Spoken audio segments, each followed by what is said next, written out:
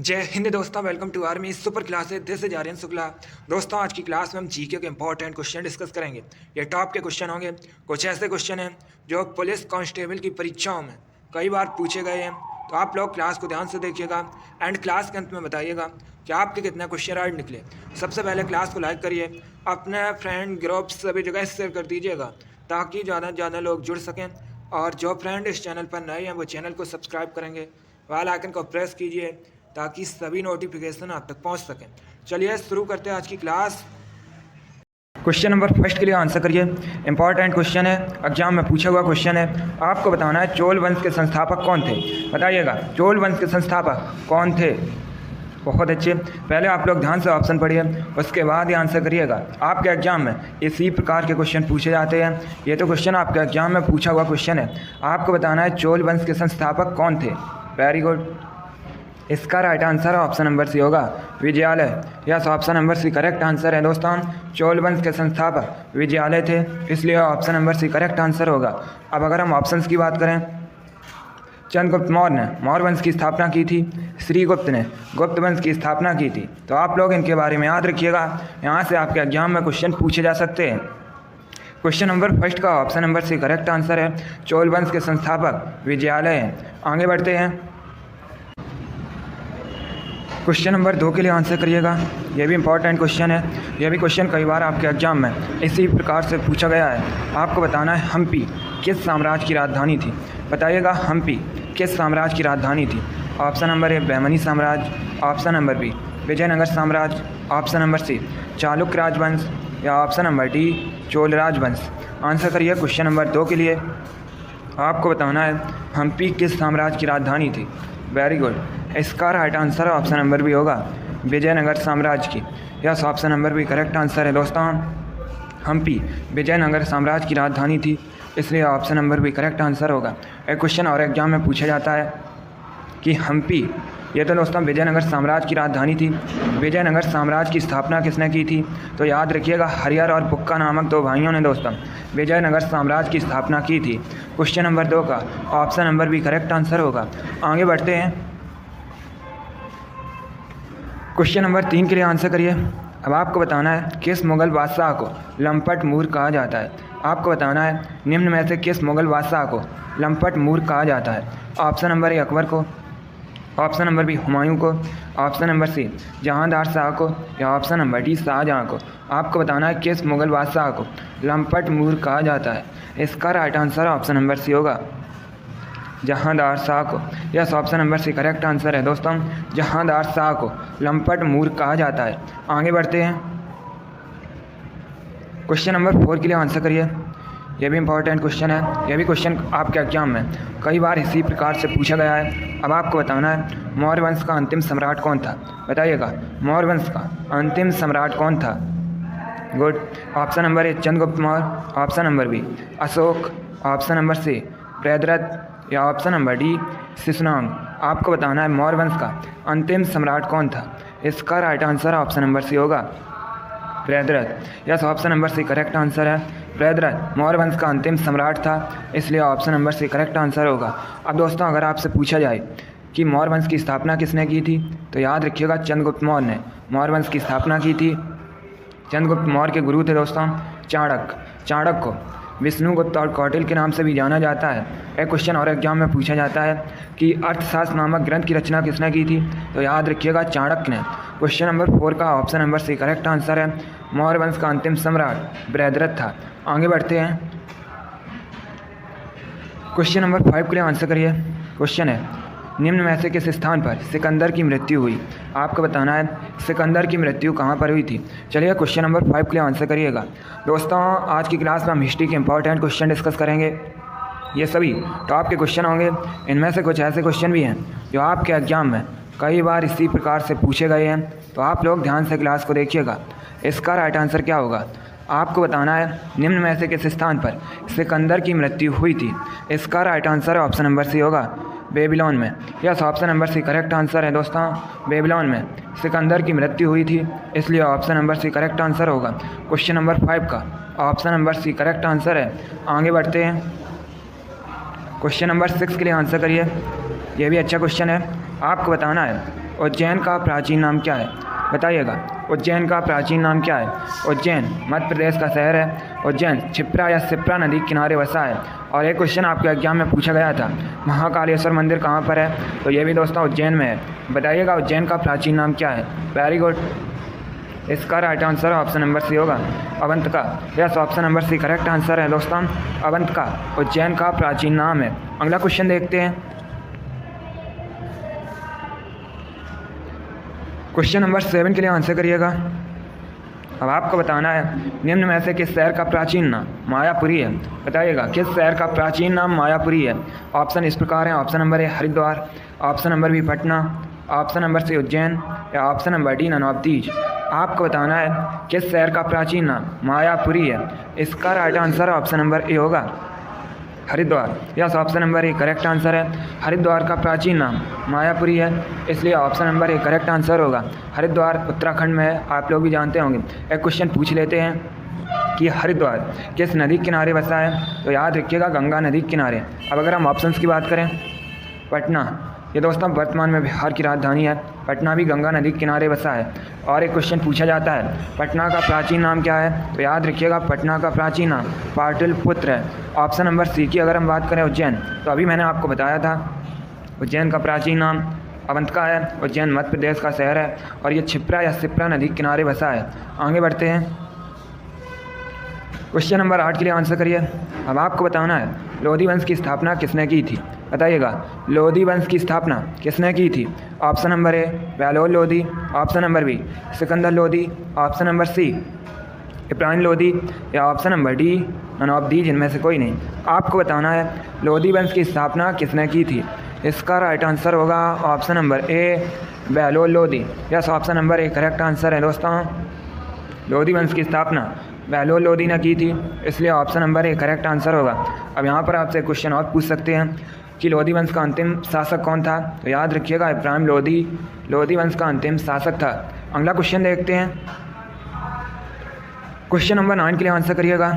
आपको बताना है कैसे ईरान का नेपोलियन कहा जाता है? बताइएगा ईरान का नेपोलियन किसे कहा जाता है?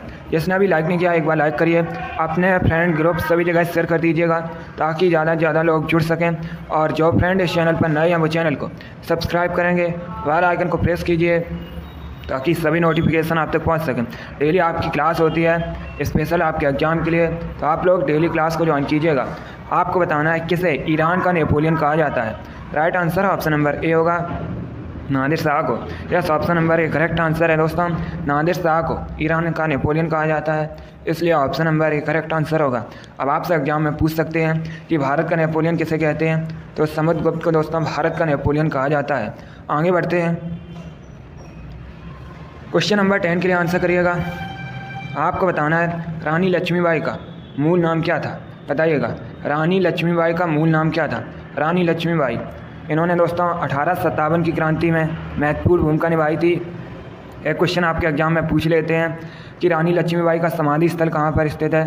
तो ये दोस्तों मध्य प्रदेश के ग्वालियर में स्थित है। अब बताइएगा रानी लक्ष्मीबाई का मूल नाम क्या था? Right answer option number B होगा, Manikarnika. Yes, option number B correct answer है दोस्तों। रानी लक्ष्मीबाई का मूल नाम मणिकर्णिका था। और अगर आपसे पूछा जाए रानी लक्ष्मीबाई के बचपन का नाम क्या था? तो रानी लक्ष्मीबाई के बचपन का नाम मनु था। चलिए क्वेश्चन नंबर 10 का option number B correct answer होगा। आगे बढ़ते हैं। क्वेश्चन नंबर 11 के लिए आंसर करिएगा। आपको बताना है बंगाल विभाजन किस वायसराय के समय में हुआ था? पहली बात तो आप लोग याद रखिएगा बंगाल विभाजन कब हुआ था? 1905 में हुआ था, 1905 में हुआ था। अब बताइएगा किस वायसराय के समय में हुआ था? चलिए क्वेश्चन नंबर 11 के लिए आंसर करिएगा। यह भी इंपॉर्टेंट क्वेश्चन है, यह भी क्वेश्चन आपके एग्जाम में पूछा हुआ क्वेश्चन है। गुड, इसका right answer option number C होगा, Lord Curzon. Yes, option number C correct answer है। बंगाल विभाजन लॉर्ड कर्जन के समय में हुआ था, इसलिए option number C correct answer होगा। कब हुआ था? 1905 में। आगे बढ़ते हैं। क्वेश्चन नंबर 12 के लिए आंसर करिएगा। अच्छा क्वेश्चन है। आपको बताना है राजा राम मोहन राय को युगदूत किसने कहा था? बताइएगा राजा राम मोहन राय को युगदूत किसने कहा था? Option number A Mahatma Gandhi, option number B Subhash Chandra Bose, option number C Jawaharlal Nehru या ऑप्शन नंबर डी ननौबतीज, जिनमें से कोई नहीं। आपको बताना है राजा राम मोहन राय को युगदूत किसने कहा था? Right answer option number B होगा सुभाष चंद्र बोस ने। Yes, option number B correct answer है दोस्तों। राजा राम मोहन राय को युगदूत सुभाष चंद्र बोस ने कहा था, इसलिए option number B correct answer होगा। अब देखिए, अगर दोस्तों हम राजा राम मोहन राय की बात करें, इन्होंने ब्रह्म समाज की स्थापना की थी। कहाँ पर की थी? तो ये दोस्तों कोलकाता में की थी। एक क्वेश्चन और एग्जाम में पूछा जाता है, राजा राम मोहन राय ने ब्रह्म समाज की स्थापना कब की थी? तो याद रखिएगा 1828 में। अब दोस्तों अगर हम सुभाष चंद्र बोस की बात करें, सुभाष चंद्र बोस, वैसे आपके एग्जाम में क्वेश्चन पूछा गया था कि फॉरवर्ड ब्लॉक की स्थापना किसने की थी? तो याद रखिएगा सुभाष चंद्र बोस ने। और कब की थी? तो ये की थी दोस्तों 1939 में। इतना आप लोग याद रखिएगा, एग्जाम में पूछे जा सकते हैं यहाँ से क्वेश्चन। क्वेश्चन नंबर 12 का ऑप्शन नंबर भी करेक्ट आंसर होगा। आगे बढ़ते हैं, क्वेश्चन नंबर 13 के लिए आंसर करिए। अब आपको बताना है निम्न में से किसे मिनी हड़प्पा के नाम से जाना जाता है? बताइएगा किसे मिनी हड़प्पा के नाम से जाना जाता है? ऑप्शन नंबर ए मोहनजोदड़ो को, ऑप्शन नंबर बी कालीबंगन को, ऑप्शन नंबर सी लोथल को, या ऑप्शन नंबर डी रंगपुर को। आपको बताना है किसे मिनी हड़प्पा के नाम से जाना जाता है। चलिए क्वेश्चन नंबर 13 के लिए आंसर करिएगा। अच्छा क्वेश्चन है, थोड़ा सा कठिन है, बट आप लोग आंसर दीजिए। गुड। आपको बताना है किसे मिनी हड़प्पा के नाम से जाना जाता है। Right answer option number C होगा लोथल को। Yes, option number C correct answer है दोस्तों, लोथल। इसे मिनी हड़प्पा के नाम से भी जानते हैं। आगे बढ़ते हैं, क्वेश्चन नंबर 14 के लिए आंसर करिएगा। अच्छा क्वेश्चन है, सभी लोग आंसर करिए क्वेश्चन नंबर 14 के लिए। क्वेश्चन है दोस्तों, गांधी इरविन समझौता किस सन में हुआ था? चलिए बताइएगा, गांधी इरविन समझौता ये किस सन में हुआ था? एक क्वेश्चन पूछ लेते हैं, गांधी इरविन समझौता इसे और किस नाम से जाना जाता है? तो याद रखिएगा दोस्तों, दिल्ली समझौता के नाम से भी गांधी इरविन समझौता को जाना जाता है। अब आपको बताना है गांधी इरविन समझौता ये किस सन में हुआ था? चलिए बताइएगा क्वेश्चन नंबर 14 का answer. Very good. Right answer option number भी होगा 1931 में। यस, ऑप्शन नंबर भी करेक्ट आंसर है दोस्तों। गांधी इरविन समझौता ये 1931 में हुआ था, इसलिए ऑप्शन नंबर भी करेक्ट आंसर होगा। चलिए क्वेश्चन नंबर 14 का ऑप्शन नंबर भी करेक्ट आंसर होगा। अगला क्वेश्चन देखते हैं, क्वेश्चन नंबर 15 के लिए आंसर करिए। आपको बताना है आमेर का किला कहाँ स्थित है? चलिए क्वेश्चन नंबर 15 के लिए आंसर करिएगा। ऑप्शन नंबर ए राजस्थान में, ऑप्शन नंबर बी गुजरात में, ऑप्शन नंबर सी हिमाचल प्रदेश में, या option number D Madhya Pradesh में। आपको बताना है आमेर फोर्ट ये कहाँ पर स्थित है। क्वेश्चन नंबर 15 के लिए आंसर करिएगा। Good. Right answer option number A होगा राजस्थान में। Yes, option number A correct answer है दोस्तों। आमेर का किला राजस्थान में स्थित है, इसलिए option number A correct answer होगा। क्षेत्रफल की दृष्टि से भारत का सबसे बड़ा राज्य राजस्थान है। राजस्थान की राजधानी जयपुर है। जयपुर को भारत में पिंक सिटी के नाम से भी जाना जाता है। क्वेश्चन नंबर 15 का option number A correct answer होगा। आगे बढ़ते हैं, क्वेश्चन नंबर 16 के लिए आंसर करिएगा।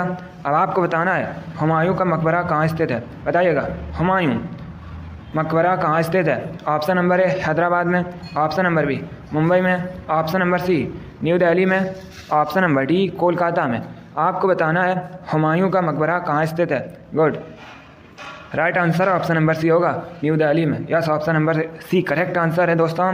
हुमायूं का मकबरा न्यू दिल्ली में स्थित है। आगे बढ़ते हैं, क्वेश्चन नंबर 17 के लिए आंसर करिए। क्वेश्चन है मराठा साम्राज्य में संभाजी कौन थे? बताइएगा मराठा साम्राज्य में संभाजी कौन थे? ऑप्शन दिए गए हैं। ऑप्शन नंबर ए शिवाजी के भाई, ऑप्शन नंबर बी शिवाजी के दामाद, ऑप्शन नंबर सी शिवाजी के पुत्र, या ऑप्शन नंबर डी शिवाजी के सेना प्रमुख। आपको बताना है मराठा साम्राज्य में संभाजी कौन थे। Right answer option number C होगा शिवाजी के पुत्र। अगला क्वेश्चन देखते हैं, क्वेश्चन नंबर 18 के लिए आंसर करिए। क्वेश्चन है दोस्तों नागानंद की रचना आपको बताना है किस शासक द्वारा की गई थी? बताइएगा नागानंद की रचना किस शासक द्वारा की गई थी?